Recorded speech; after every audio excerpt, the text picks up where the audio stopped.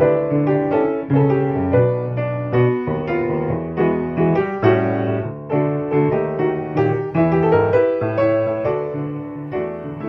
to another chapter of Our Voice. Our Voice is Our Town, here at the Raue Center Theater in Crystal Lake. I'm John DaCosse, curator of Lucy's Cafe, stand-up comic for almost 40 years, and I am absolutely privileged to be sitting across the table from a gentleman whose work, his theater pieces, which each have their own story. They can be admired all across the United States as well as the world. He is a teacher, he is an artist, he is a sculptor, he's a historian, and he's a humanitarian. Today we are with Erik Blome. Erik, thank you so much for being here. Thanks for having me. It means so much, and I'm very much in awe of you, just so you know that right off the bat. I have to laugh, though. I cannot help but picture you as an 8-year-old. On a beach, and kids are making sandcastles, and you're over a little off to the side, and you're upset because you couldn't get Teddy Roosevelt's glasses to fit on your scaled-down version of Mount Rushmore. Is this about accurate as could be, or what? Not really, actually. Okay. So let's go back. Give me a little history here. I really didn't do any kind of like realistic art until I was much older. When I was a kid, my dad was an abstract painter. Okay. So I was really into design and just abstraction. Like my old sketchbooks are some pretty fantastical things. You know, there were some fire engines in them, but more or less, good. Kid stuff, but kind of crazy stuff that I used to draw, like mounds of breasts and things. When you're in high school, you do all kinds of crazy stuff. I was going to say, I think I did that too. I'm not positive.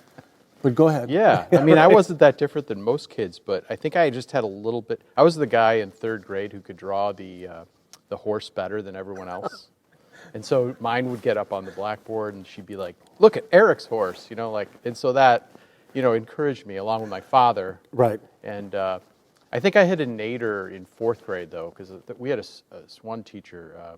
She was sort of the art teacher for the entire elementary school, and she gave me a C, which enraged my artist father. But what it was is she had us do popsicle sticks Noah's Arks, and mine had glue like dripping all down the sides, and that was sort of like the first sculpture I really got into, was this Noah's Ark popsicle stick thing. And I just loved making it. I thought I did a great job. I was so proud of it, and she gave me a C. So that's when I think, I started realizing that you have to actually resist the teacher. Oh, right. Okay, good. No, that's good. That's good. Was your father upset? I mean, upset in like a dad kind of art way. Like, what? Yeah. You couldn't pull it off and say, my interpretation of the glue. No, but it got him to parent-teacher night. Oh, well, that's good. Yeah. But that's good. And then, I think I started getting better grades in her class after that. But, it's one of those things like, you have to have parents who encourage artists, I think. That's really important. Oh, yeah. I think that I had that. Good. That was probably more important than the actual teachers in school. But the sculpting, that took off at a later date, correct? I mean, much later. Much later. Much later. I was always in awe of my father, because he was a really good painter, great at drawing. And I was always trying to catch up with him, always trying to get even close to as good as him. At least that was the feeling I had. Okay. Looking back, I was pretty good. I just didn't think I was as nearly in the same, wavelength as him. Couple of personal questions I have to get out of the way. Okay. I watched some video of you working with this molten lava, pouring it into a mold. Okay. So you must have war wounds because of that, number one. And two, did you ever at those moments go, man, I could have done watercolor. I could have stuck with watercolors. I do watercolors. Okay, I thought you did. I thought so. I'm sorry. I apologize. I think that there's something macho about, heat, and pyromania is attractive to most people. We all like sitting around the campfire, and we like throwing the logs on and watching the flames. At least I do. And I think that when you're a sculptor and someone says, hey, do you want to melt some metal and pour it into a mold? It'll be really hot and really big red and all that. You know, that when you're young especially, it's like, yeah, right. I want to do that. You know? And so then you do it, and then you realize that you can produce art doing it. And it's like, that's double the fun. I get to make art, and I get to pour hot lava into molds. And who doesn't want to do those things? You know, we're going to do it now. Right. We're going to stop this and do it right now. Right. So then you get addicted, and then, you know, it becomes this thing where you can cocktail party those moments and say, I pour hot lava into molds, and people are like, wow, can I come watch? You know, and so I've made a career out of that, basically. You know? Yeah, which is pretty good. Yeah. Which is pretty good. Yeah, and I enjoy bronze casting. It is a real science and art. It involves a lot of factors that you have to balance, and it isn't as simple as just heating it up and pouring it in. There's a lot of yeah, and I apologize. I didn't mean to be that. No, yes, I did. no. People don't know, but it's actually very complex. You know, like everything has to be done just perfectly to get a great casting. The timing, the temperature has to be exact. Oh, okay. Everything has to be done just right. When you first start out, when you're young, you don't realize that. So you do literally just heat it up and pour it in the mold, and then it comes out kind of poorly.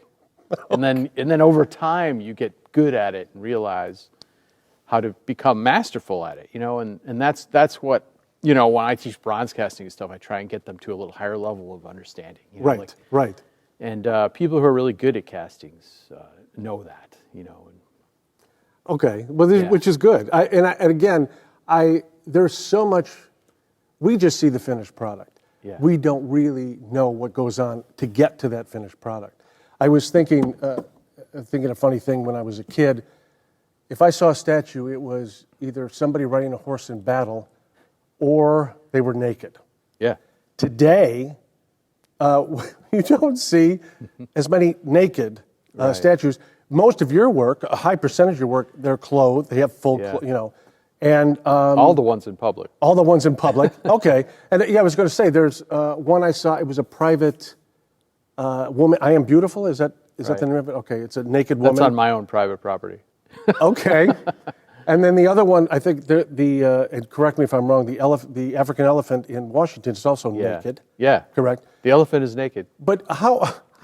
Is there a challenge? Is it harder to do a naked body as opposed to one with clothes, or less? What are the challenges that go through? It is.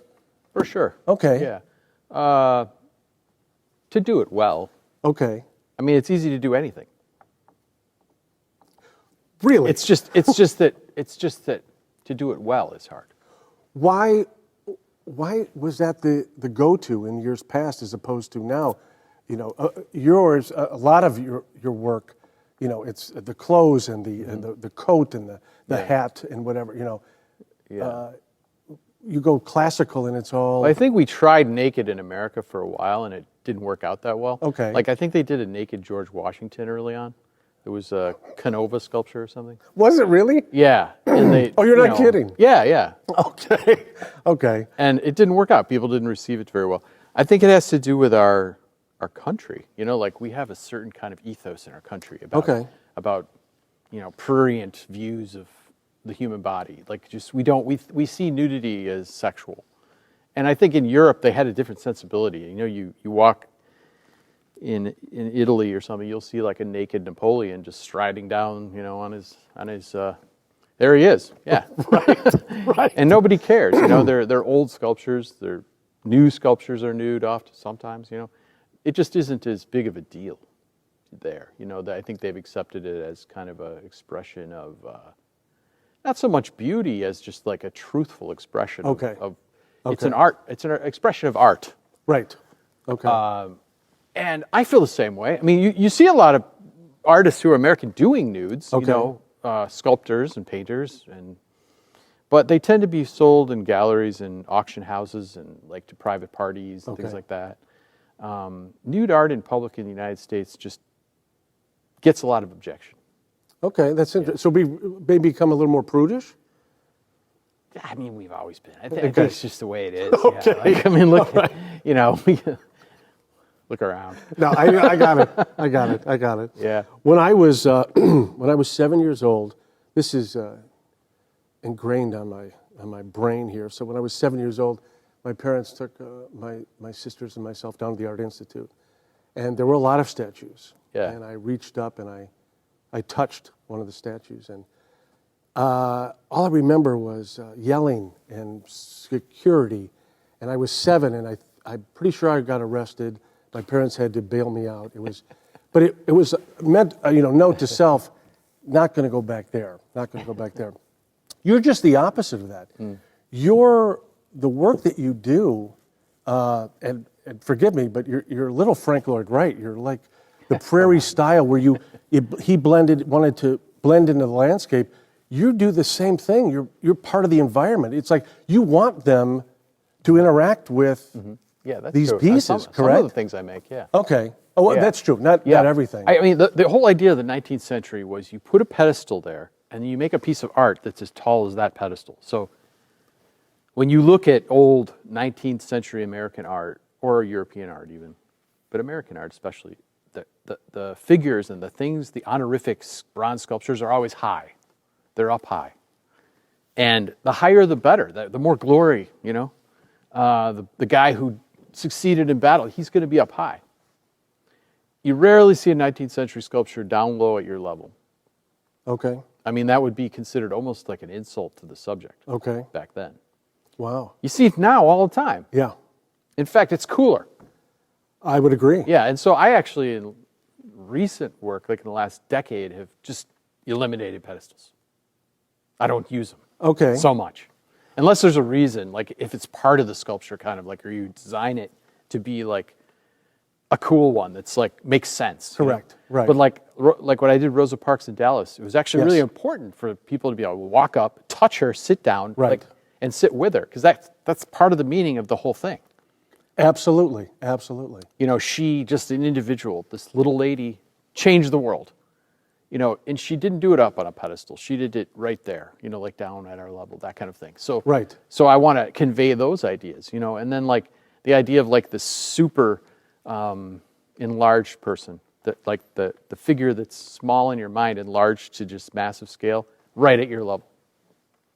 That's cool. It is. And I totally agree. And it's cool because of the time we live in now, because it contrasts with that 19th century ethos. Very much so. And so when you put something in public, you actually have to keep in mind what else is already in public that it is speaking with.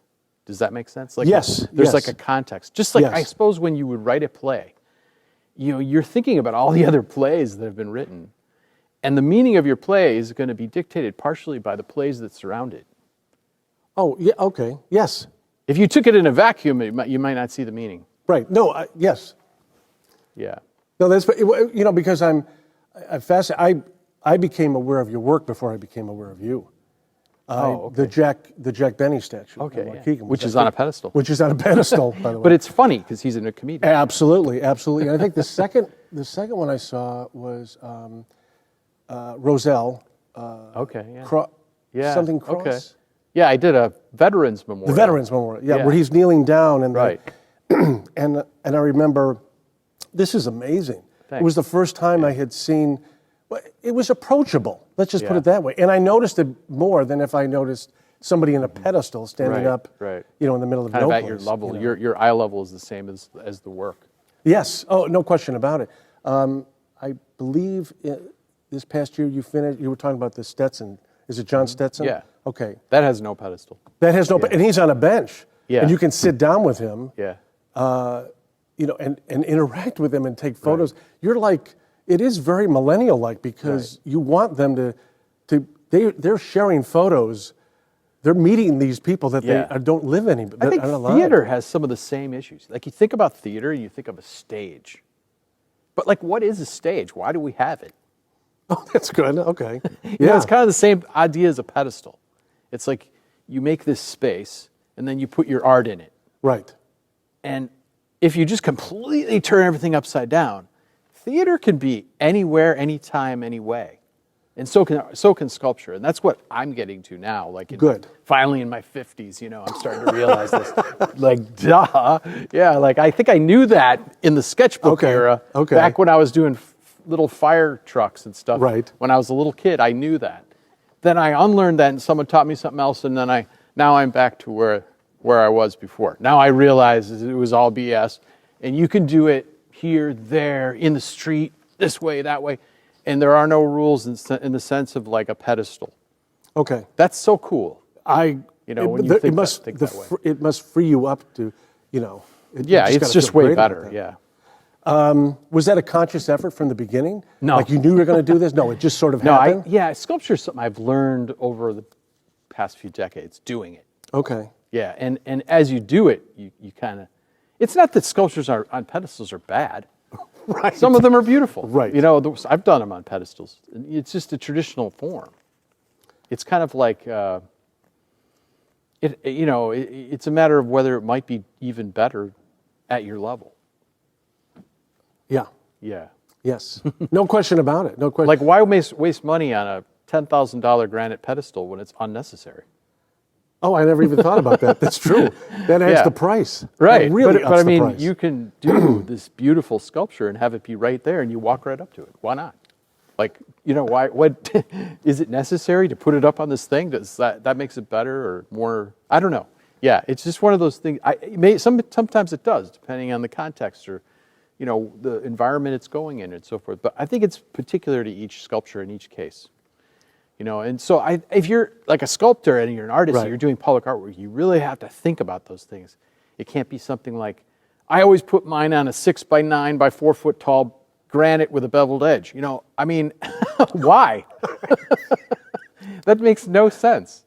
And so that's what you start to get to when you're actually designing sculpture, When you're doing a piece and you know where it's going to go. You know the space that it's going to be in. So you have to take in consideration everything around it. Have you ever been in a situation where something has changed? Wherever it's going to go, they've added something that's going to throw you off. Have you had to readjust on the fly sometimes? Well, an interesting one was I did a 15-foot diameter bronze medallion for Lake County Forest Preserve. This would have been 2001, maybe. Okay. And it's pretty detailed sculpture of all the birds and wildlife of Lake County.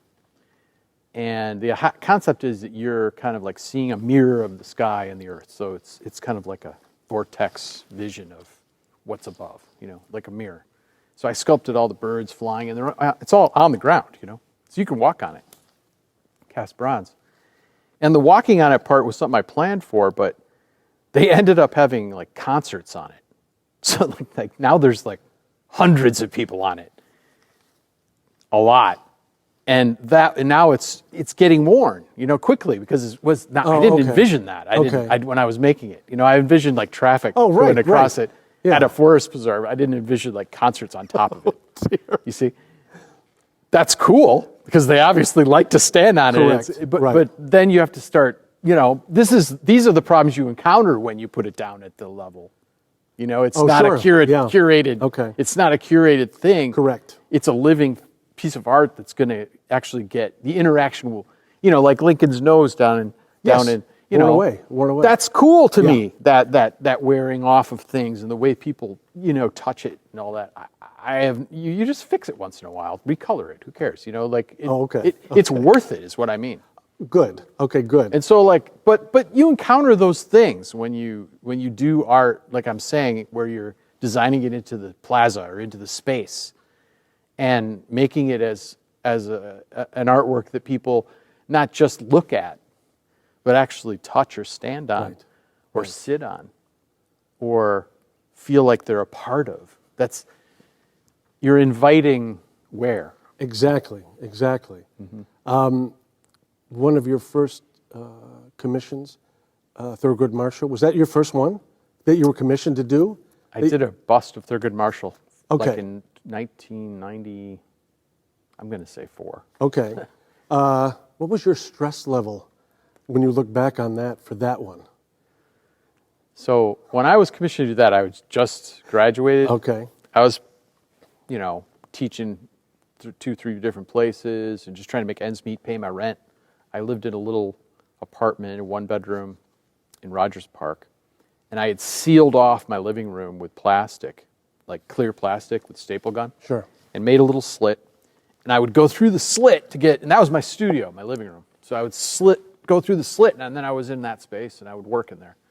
Most of the time, that's where I was, working in my living room. And it was dusty and terrible. And then the rest of the apartment, which wasn't very big, it was just my bedroom, the kitchen, and a tiny little sitting area.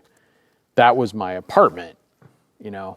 And in order to save money, I got a roommate. And he was driving at night, so he wasn't there a lot, but he slept in the dining area. And I slept in the bedroom, and then I told him he wasn't allowed in my studio. It was just a really crowded, crazy time. And that's when I got commissioned to do that. You're kidding. Yeah. And so I did that in the living room of that tiny little apartment that I was sharing with this guy who I barely knew. And I sculpted it, and I realized, okay, I think they gave me a check for like $8,000, which I felt so rich. You know, I was like, oh, wow, I'm rich. You know, I got $8,000. So I rented a studio after that. And it was heaven to me, but it was this rat-infested, walk-down storefront, $200 a month, under the L stop at Loyola. And it was like, you know, at night and sometimes on weekends, you'd get like homeless guys walking up and looking right in the window. As I'm working, I'd wave and I get to know them, you know. And once in a while, they'd just pee right on my window while I'm watching. And one of them knocked on my door finally, and he says, "You want me to clean your windows?" I'm thinking to myself, you've been peeing on them for like 6 months. So like, yeah, I would like it's you to called clean payback. them. Yeah. And he said, okay, it's $10 a week. And I realized what was happening. You know, this is how this was going to go. So I said, no, it's okay, because I was poor. And the next week they were graffitied. And then he came back, "Do you want me to clean your windows?" Oh my, this is mob-like. And I said, okay. So he cleaned them and everything. They never were dirty again. So my rent went up, you see? Yes, right. Yeah, and then finally when it got high enough, I moved to Evanston. Okay. And then I had a better. I shared a studio. Not as much urine in the Evanston area? I shared a studio with another artist. But I think the moment that made me want to move was I was working on a commission down there in that little space. It was actually a nice space. Like the light came in, streaming in. I had these big windows in that storefront. It wasn't too bad. It had a black and white checkered floor. Like if you squinted your eyes, blurred them a little bit, it's actually pretty nice in there. Okay. And, you know, so I didn't complain about it. The bathroom was unusable. There was bad things about that place, but the light was good, you know, and I had a big security gate. But what made me move is I kept hearing these rats in the walls, and it really was disturbing, like, you know, like this. And then one day I'm working late at night, and this big chunk of wall just fell off, and this giant rat came out and waddled toward me. Like this. And I'm like, oh my God, that's it. I'm moving. I couldn't deal with it. Did he offer to clean if you paid him? Or? No. It wasn't. But you know. I decided I need to live, I don't know, somewhere else. yes. A little more safer, a little cleaner. So I just moved into Evanston. I shared space with another artist. Actually wasn't as big, but I didn't have rats in the walls. Oh, good. Yeah, and I felt a little more comfortable there. There was heat. No offense, but those standards aren't that high. I know. Okay, it was, just so you know. I was in my without 20s. rats. I was in my 20s, you know. I talked earlier about, you know, we don't understand what you go through, you know, the process. Yeah. You know, and the amount of research that you do, and you know the working with the clay. I mean, here you have this, and you have all this stuff, but there's one variable that you have to deal with anytime you do a piece that you're commissioned to do, and that's that other people have their opinions and their thoughts, and they're paying for this. Oh, yeah. What is that like to have? I as a comic, I do what I do. Nobody tells me what to do. Your situation, right? Does everything have to be approved? Does every move you make? Even if it is approved, that's almost irrelevant. I mean, just think about like if you put something in public, like a building, and you think it's beautiful, and you're an architect, and you're so proud of your work you did, and then it gets built, and it takes 3 years to build, and you know, and then they have a ribbon cutting, and the mayor is there, And then, the public has seen this thing in stages and they've seen things in the newspaper. And then all of a sudden there's this big outcry. That's the ugliest damn building I've ever seen. That happens to all kinds of people who do things in public. Right. Is what I'm trying to say. It's not just sculptors. So I think perception is reality. Okay. So like if people perceive it a certain way and the chatter gets out there and they start saying it's terrible, it might be awesome, but it's terrible. Right. Right. Yes. Yes. Yeah. I think that's true of a lot of art that's made, period. Like, it's actually awesome, but in its time, it's horrible. Well, to the people. Okay. Well, I was going to say the Picasso, they hated it when it first came out. Yeah. And now it's iconic. Yeah. You put it on and we know it's Chicago. They might hate it still. They've accepted it though. Yeah. They still might hate it. Yeah. That's a good point. That's a good It's point. kind of a love-hate now. They're like, I love the fact that we all hate it or something like that. Right. Right. Yeah, that's absolutely fascinating. Mm-hmm. That's absolutely fascinating. You're dealing with these people, and it's you have to placate them. Mm-hmm. I was thinking specifically of going back to the John Stetson because you couldn't figure out where to put the hat. It hit you like you had your moment. Mm-hmm. You're like, oh, off the top of his head, he's greeting them as he sits down. But you had to have that approved. Yeah, a little bit. There were just a few people, like the president, the guy paying for it, the donor, and some other people were working with me on that. And I actually had a lot of freedom to design that one. Oh, good. Okay, I good. did 12 drawings. Wow. And different versions of it, and I told them which ones I liked. And then they told me which ones they liked, and then we agreed on the one. Okay. Okay. And I told them, this is the one I think you should go with, because I think it's most dynamic, that kind of thing, And they said yes. I would also assume the more you've done this and with your, with the work that you've done and your reputation, as it should get a little easier. Am I wrong? People should go, we'll defer. We'll defer to you. You know what you're doing. Yeah, they don't do that. They don't do that. Yeah, that's like that's like in a movie or you fantasize. I doubt even actually Frank Lloyd Wright even didn't get that too much. No, that's true. That's probably, So I think anybody who's in creativity fields wishes that were true. Wow. Like, now that I am, no, it's not like that. I was thinking of you because there was a situation in New York on Wall Street. Was it the Charging Bull was out there? Right. That was put, I don't know what, in the 80s or something like that. Yeah. I think he did that on spec. I think he just made it, put it out there. Oh, really? Okay. I don't think it was a commissioned piece.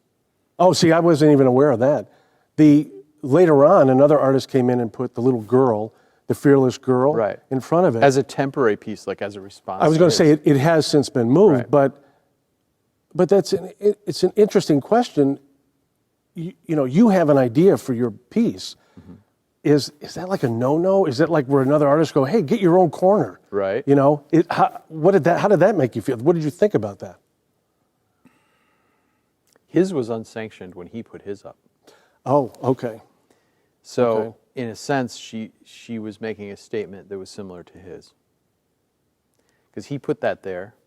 Wall Street thought it was really crazy. And then they wanted it back and they bought it and put it there permanently. Oh, okay. So that's how that evolved. Oh, that's interesting. See? And so she then did that as a response to it, 20 years later? Yeah, exactly. And she was doing the same thing he did. So he can't really argue. What he argued, I think he took her to court or something, was that she was changing the meaning of his piece and therefore affecting his copyright. Okay. All right. Which is kind of a ridiculous idea. I think we're on the same page with that. The only thing I could see that might be something where that wouldn't work is like if the city had some sort of like process policy of like putting things in place in public, you can't just go set something in public without our approvals, therefore we need to remove this and you need to go through the proper channels. Right. And they probably do have that. Okay. Maybe they didn't have that 25 years ago. And you've never had that happen to you, where somebody has sort of encroached your piece? Well, I've had people vandalize my pieces badly. Yes, I've had people attack them. Yeah. I've had people write "killer" across the chest of Martin Luther King, things like that. But that's the rough and tumble of public art. You have this piece that, again, I didn't know it was yours, but it's outside of the United Center. It's the Black Hawk 75th anniversary. It's beautiful. It's beautiful. Thanks. And on the top is the iconic Black Hawk logo head. Yeah. That was vandalized. Yeah. Talk me through that. I don't know what to say. I mean, the problem with that is there's so much collective guilt involved in that logo, Okay. starting with the city itself. Not just, I mean, forget about the team and the owners and all that. Think about how many promotions have been done in restaurants, in theaters, in every aspect of Chicago life using the Blackhawks logo. Yeah. Everything from, the city itself and the money that has been made throughout the last, 100 years. Yeah. It's a part of Chicago like any other part of Chicago, really is. So to change it is not a small thing because people relate to it. And so it's almost like a fireball. It's like a bomb, like if you start doing that, people are going to react. Okay. It doesn't mean it shouldn't happen. Okay. Okay. And I'm not the one to decide. Okay, that was, okay, Yeah. good. Okay. When I did that, it wasn't as controversial as it is now. Right. That was 20 years ago. I did it in 1999. So, at that time, people weren't saying it should go away or anything like that. There were a few voices saying that kind of thing. It wasn't as explosive back then. The figures I did, though, are all kind of historical pieces. They've got the old versions of those logos on their jerseys and stuff, and there's 6 of them there. And the piece was meant to be a little bit of a tongue-in-cheek, like almost like a war memorial kind of funny thing. Okay, good. Okay, interesting. Coming out of battle. I did not look at it that way, but now I can. It was like supposed to be fun. Like here's the Blackhawks War Memorial. And then I have the names of all the players, whoever played from them on the back, just like the Vietnam Veterans Memorial. Right. So it was meant to be like a fun thing. Okay. Like you're at the game. This isn't real war, but it's fun war. Right. Like that. Yes. Like that. And that is how fans see hockey. It's like a war. It's a battle. But no one gets killed. Usually. Right, usually, yes. 9 times out of 10, Yeah. 99%. And so I enjoyed making the piece. They understood it at the time. I did it under Peter Wirtz, who was the president at that time. Right. Then the old man died, and then now Rocky Wirtz took over. Correct. He wasn't involved in the project. I don't think Rocky, honestly, quite understood the piece. Okay. Maybe he doesn't even now. Wow. Yeah, because I think his brother did it with me and his team. Right. And now there's a new team there, and they're like, what is that? That kind of thing. Really? A little bit, yeah. Well, and again, it goes along with, you talked before, because of where a lot of your pieces are. And when I think of, what is it, the bellhop in Wisconsin? Yeah. The kids on the wall, what is it, the kids from the West End or something like this? Yeah, I've done some kids. Okay. Yeah. They're out where they can be. They're easy. You want people to touch them to be. Right. Has that happened before? Do you get the phone call where you're like, hey, you got to come fix their hand? Their hand is messed up. Had that.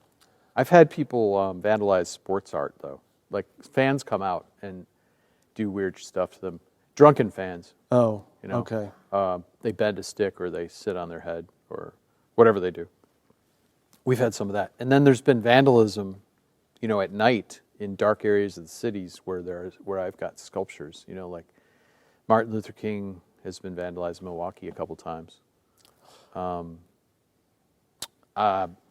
It's, one time was tagged with like colors, gang colors. So, and then another time someone wrote killer, which may have been a racist commentary. I don't know.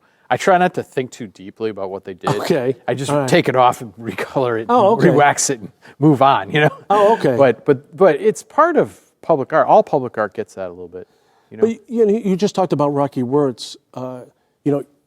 You just explained to me what your thought process was for that statue, the statues. So as the artist, do you feel obligated to I have to go back and explain again what I meant? You're like, hey, this is my piece. You need to know what I meant. Yeah, I don't think he thinks of it as my piece. Okay. Okay. Yeah. All right. Yeah, I don't know. Yeah, that was a long time ago that I made it. Okay. I'm so busy with other pieces and doing other things that it would be hard to go back and. Okay. Yeah. Okay. I was thinking of is it the first responders in Oak Lawn that you did? But Yeah, that was an interesting thing. yeah, and you're doing this around 2 steel beams from the World Trade Center. That's got to take on a whole different emotional feeling for you. So what that was is there was a former Marine from Oak Lawn who was part of their police force, and he managed to talk the World Trade Center into giving Oak Lawn 4 of the largest beams from the base of the World Trade Center, and they were huge. 9,000 pounds. So they contracted me to make a sculpture out of them. And I designed the plaza, essentially. I sketched it out. An architect ultimately did the actual technicals. Oh, interesting. Okay. But I came up with the idea of it would be the same layout as the World Trade Center Plaza outside of their metro station. And then these giant sculptures would be very tall. So I put them on end at different heights, so like a forest. Okay, and then right. I created bronze sculptures on top of those, which had imagery that wasn't gory or wasn't, I didn't want it to be disturbing so much as just kind of like human and elements of the memory of what happened and stuff, because it was a first responders memorial. And so I was trying to convey, what it was like, like that. And so, without being too literal, but having faces and people in it. So I created windows, and I had that sense of architecture dissolving, and I used a lot of Islamic architectural kind of shapes and things in it, and even the stellae shape is from Egypt. Oh, really? Yeah. And so, the people who supposedly did this event many of them were Egyptian and Saudi Arabian. So I have one woman with a head covering on in the sculpture. And I was just trying to show how, when you kill people, when you do something like this, you're affecting cultural things, your own culture, your own people, everything, And so I was trying to include all kinds of people in that thing. And, I think some people, I'm not sure Oak Lawn people necessarily understood the shape that I made, but that's what it was. As an artist, when you've got it down, you're happy with it. This is what I want. But do you ever go back and you see your pieces again? And you go, oh man, I should have fixed that. I usually know that before I'm even done delivering it. Oh, that's interesting. Yeah, I pretty much feel that way all the time. Whenever I'm even working on a piece, I'll be like, I can't get this just the way I want it. That's normal, I think. I agree. I just didn't know. You have to wrestle with that. It's like everything else you're doing. I think if you don't have that feeling of this isn't perfect. If you don't have that feeling, you're not doing it right.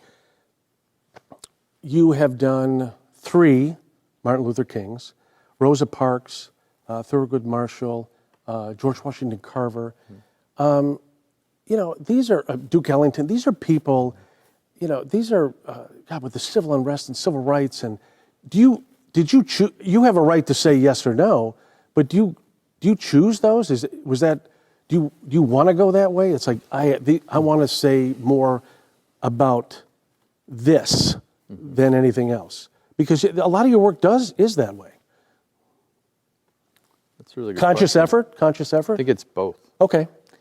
When I was in college, I chose to hire a model who was from Trinidad because I thought he had an incredible head, and I wanted to put something in the graduate show that wasn't just, just white people. I wanted another one. So I hired this guy Gary, and I did this great sculpture of him, and people said, that's the best one you did, and this was when I was in grad school. And I also did a figure of him. And then when I got out of grad school, I had that in my portfolio, and I got hired to do Thurgood Marshall, Okay. kind of based on that sculpture I did was gonna- of okay. my friend. Okay. You know, and I was just a young guy, and then I had two, you know, and then, so in a sense, I chose it, in the sense that I kind of chose to make that imagery in the first place. Okay. But then it chooses you after that. Okay. So then, Okay. you know, it kind of works back and forth. Like you choose to do it, then people come to you and ask you to do it. And then you choose to say yes to doing that. And then, you know, and Right. it just kind of keeps going like that. And Right. that's I think, how... Little domino effect. Yeah, I think that's a lot of how work is. Like if you choose, say, as a woman to write feminist literature, well, I mean, and then all of your books are feminist literature from then on. Right, It's right. like, did you choose that, or did you get asked to write more? More because of what you did previously. You might have, it might be because that's the direction you pushed in, and then it just kept going, you know? And I think a lot of those for me were that way. But I for sure chose the direction. Correct. Right. Right. But then, you know, like Rosa Parks' niece called me after I did the Martin Luther King in Milwaukee. Okay. She called me and said, I saw this in a magazine. Would you be willing to do Rosa Parks? And I'm like, would I be willing to do Rosa Parks? Like, I'd be honored to do Rosa Parks. Right. Yeah. Right. And so, you know, and then they came to my studio, and then, you know, and she's like, oh, this is where the magic happens. We want to put it in the museum. And I was like, I couldn't believe it. Like, how, me? Like, you know, I just did the one Martin Luther King in Milwaukee. She's like, yeah, but I like it. You know, and so I think when you do things, Yes. they have power. Yeah. And then they come, you know, work creates work, like that. And if you just do your best on everything you do, if you're always, the best way I think of it is like, never try and be good. Okay. Try and be, you always have to look, there's always someone better than you. So you have to look at who's better than me. How can I be that good? And then when you reach that, you got to look for someone even better. Okay. Just always looking Right. for because there's people out there who are better than you.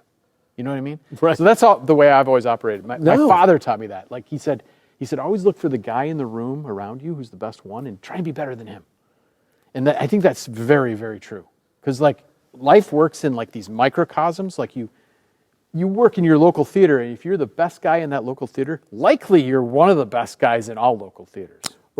Right. You see what I'm saying? Yes. Yes. And because you can only see what's in front of you, you have to kind of think like that. It's nice. I assume you don't get complacent, and it's a great motivator. Yeah. Keeps you going. Yeah. You know, this past year you were talking about, you know, the Blackhawks insignia, but just this past year we've run into all of these statues that are being removed because whatever they represent today is not what what they represented when they were put. Right. As an artist, how does that, where do you go with that? Do you just expect that some of these are going to be changed? Are you okay with them taking down those statues? I'm okay with it. Okay. I'm okay with them putting them up. I'm okay with them taking them down. I'm okay with people doing things in public that I don't necessarily totally agree with. Okay. Good. No, And so, good. So like if they take them down, I'm not okay with them destroying them. Okay. See what I mean? Yes, big difference. Yeah. Remove them, Yeah. not destroy them. I was disheartened by some of the destruction I saw. Okay. Because I don't even think we should destroy Nazi art. Okay. I think we should put it somewhere. Yeah. I mean, that's kind of how I feel. I don't like the idea. Otherwise, we're no better than ISIS, you know? I'm actually very glad you said that. Yes. And Yeah. I kind of feel like a mature culture can absorb even art that is offensive now. You know, Yeah. we can say, okay, we don't want that there on that pedestal. We don't want it up high. We want to lower it down and put it over here in this museum or in this one little area, maybe where you have to try to go look at it if you want to see it, Right. like that. I mean, I'm not a big fan of Confederate sculptures of racists. Right. Yeah. Right. It's not like my thing. But there's some art history in it. Most of the sculptors who did the Confederate sculptures were from the North. The sculptors who did them. Oh, okay. Because there weren't a lot of sculptors in the South. Most of them were in New York and Philadelphia. So one of the first like prominent female sculptors of the United States did the Robert E. Lee. So there's some historical things that are kind of important about some of the Yeah, art. without a doubt. So, you know, she did a beautiful horse under him. So as an equestrian piece of art, it's got some interest. Okay. The meaning of it was different for her and for them back then. They actually thought of it as like a reconciliation with Okay. their enemy, Right. To then honor the foe's general. Obviously, we don't think of it that way now. Correct. But it's still part of history. So I kind of feel the same way that Andrew Young, the former mayor of Atlanta, Right. feels. He said what we should do is just create giant Liberty Bells and put them on top of Stone Mountain and put them near these monuments with full description of what they mean and why they were put there, with another sculpture nearby of Martin Luther King or of our contemporary view of civil rights or things like that. Maybe a monument to the Black Lives Matter movement. Right. I kind of feel that way too. Good. So what I feel is irrelevant to what happens. Not at this table. Not at this table. But I mean, it's just one opinion. And I think I'm not alone. I mean, there's a lot of Correct. people who kind of feel that way. But what will happen is, I guess, how I see it. I just hope that destroying art doesn't become a habit. Because when you start destroying things you don't like, that you hate even, the people who disagree with you are going to destroy the other artwork as well. Correct. And so it's a slippery thing that just keeps going down. So solutions can't be final solutions. Right. And that's why I have like a, you know, and when you say these things, sometimes people will come back at you, that's racist. Right. But it's Right. it's not really. No. Because what it is understanding, expression and tolerance of different old forms of art. And just because an artwork is offensive in our lens, in our lenses might not be quite right either. Right. You know, and we have rose-colored lenses on that we're seeing it through. So maybe it's important to be able to like look at this old art, to if at the very least to see how awful it Right. used to be. Yeah, it can be bad. Right. You just have to, take a look at it and find out what it's. Yeah, no, I totally agree. That's really good. That's really good. We're gonna wrap this up, and I have one other question that you have to have a bucket list. There has to be something that you're like, boy, I hope one day they come to me. This is what I want to do, or I want to do a piece that's similar to this. I want my Mount Rushmore or something. What is that for you? Do you have that? I have a bunch of like ideas that I would want to do, but some of them might be seen as kind of insane if I did them. Left to my own devices, Right. I might make something really strange. But I think that doing something that's really acceptable, used to be the way. Okay. I'm going to do a heroic mountain of famous, images of the great leaders of America. Right. Well, that's like a laughable idea now, like who are we going to put on there, like Bill Clinton, who's it going to be? Who do we add? Yes. We don't really glorify people that way anymore. Right. In fact, the opposite, we take them down, Maybe if we did them in reverse, into the mountain. Right. Why did he do this? It's like a mold. Why did he do this? Right. But I just think we think differently now. We don't really think in terms of like, what heroes are we going to make? We don't think that way so much. We think sometimes of what people are we going to make, Oh, yes. Which relates Yes. to my idea of being down at your level. Right. See what I'm saying? Yes. I think that humanizing art has become, it's the way I think of it now. Like if you put it on a pedestal, it's more to speak to that than it is to actually mean that. Like it's like a contrasting idea. Like why? Like put Jack Benny on a pedestal. That's funny. Yes. Yes. Yes. Yeah. Cannot thank you enough for doing this. The Raue Theater, so lucky to have you here. I thoroughly enjoyed researching, going over things, finding out more about you. I can tell you right now, my wife and I, this weekend, we're going to Oak Lawn. We have not seen that. So we are going to Oak Lawn, and it's going to have much more meaning for me because I've got to meet you. Thank you so much, Erik Blome, for doing this. Thanks for having me. Thank you so much. That is our latest episode of Our Voices, Our Town here at the Raue Center Theater in Crystal Lake. Thank you so much. Thanks again, Erik.